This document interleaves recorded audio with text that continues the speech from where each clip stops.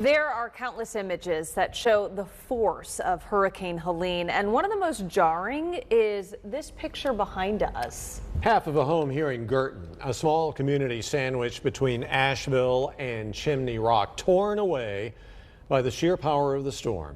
Fox 8's Madison Forsey sat down once again with the homeowner as she comes to terms with the destruction and builds a new place to call home. On September 27th, 2024, Taryn Trulock's backyard went from a green paradise for her family with a small stream It was so pretty. I spent so many hours on this property. to an apocalyptic wasteland in just a few hours. It will never be the same, ever. It's impossible. After narrowly escaping the morning Helene hit and getting off the mountain, she and a friend chainsawed their way back up to find half of her home washed down the creek. Got up here and saw what was left of my house, which was jarring. Kind of put me in shock mode. Appliances, clothing, photos. Pottery, like flower pots. Like this was obviously bathroom tile or something. Some kind of, yeah, I think that was actually like the subway tile in my bathroom. Yeah. Because it was a thick tile. Hidden in the dirt, rocks, water, and trees piled up around her home. The two things she wishes she had back: Oh, my apron and this kitchen. the heart of her home. So at first it was like, I don't have my apron. And then it was like, oh, and I don't have the kitchen.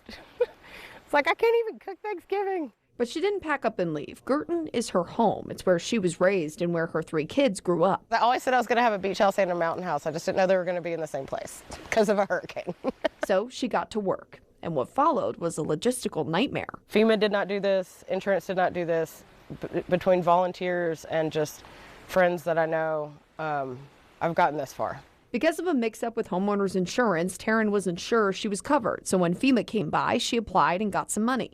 Mennonite Disaster Services and a nonprofit called Savage Freedom helped to bulldoze the shell of her house.